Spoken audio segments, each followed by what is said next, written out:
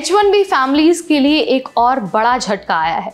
USCIS ने H1B dependent बच्चों के लिए एज आउट रूल्स टाइट कर दिए हैं। मतलब अब वो बच्चे जो H1B पेरेंट्स के साथ अमेरिका में रहते हैं वो पहले से ही अपने कॉलेज ड्रीम्स और डिपेंडेंट स्टेटस को हो सकते हैं। तो आज की इस वीडियो में मैं आपको बहुत सिंपल और आसान भाषा में बताऊंगी कि ये जो नया रूल है वो क्या है और कैसे आपके या फिर आपके बच्चों के फ्यूचर को प्रभावित कर सकता है। Hi everybody, you watching NBT Tech Ed and I am your host Neha Upadhyay. तो भाई चलिए सबसे पहले ना बेसिक चीज को समझते हैं कि आखिर ये जो एज आउट रूल है वो क्या है। तो देखिए H1B डिपेंडेंट चिल्ड्रन का H4 वीजा तब तक वैलिड रहता है जब तक उनका बच्चा 21 साल से छोटा होता है। 21 साल होने के बाद बच्चा अडल्ट बन जाता है और H4 स्टेटस खत्म हो जाता है। अब USCIS ने इस रूल को टाइट कर दिया है। इसका मतलब है कि एज कैलकुलेशन और भी ज़्यादा स्ट्रिक्ट हो गई है और छोटे छोटे फैक्टर्स भी अब मायने रखेंगे। मतलब आपका बच्चा जो लीगल स्टेटस में था अब वो जल्दी एज आउट हो सकता है। इसके अलावा अब बात कर लेते हैं इम्पैक्ट की। तो देखिए H4 स्टेटस खत्म होने का मतलब ये नहीं है कि बच्चा अमेरिका छोड़ देगा, लेकिन लीगल स्टेटस में गैप आ सकता है। कॉलेज इनरोलमेंट मुश्किल हो सकती है। अगर F1 स्टूडेंट वीज़ा लेने की कोशिश करेंगे तो प्रोसेस लंबा हो सकता है और कॉम्प्लिकेटेड हो सकता है।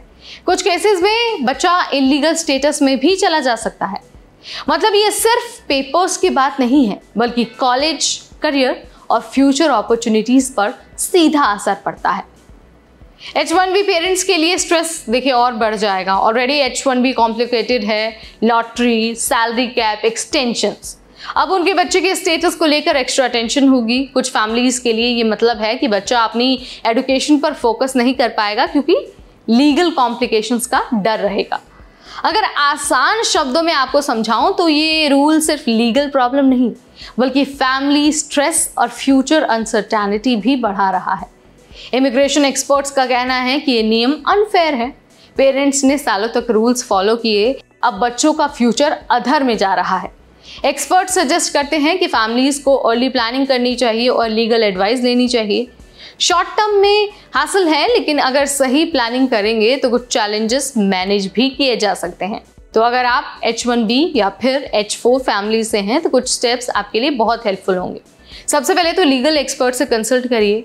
एज आउट से पहले F1 या फिर जो दूसरे सूटेबल वीज़ा ऑप्शन हैं उनको एक्सप्लोर करिए।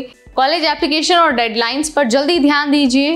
रेगुलरली USCIS अपडेट को चेक करते रहिए। मतलब पैनिक करने की ज़रूरत नहीं है, लेकिन अलर्ट और प्रिपेयर्ड रहना आपके लिए बहुत ज़रूरी है।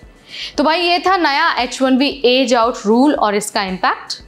हाई लेवल अगर मैं आपको समरी यहाँ पर बताऊँ, मतलब छोटी सी समरी आपको बताऊँ, H4 बच्चों के लिए चैलेंजेस बढ़ रहे हैं। कॉलेजेस और लीगल स्टेटस पर असर पड़ सकता है।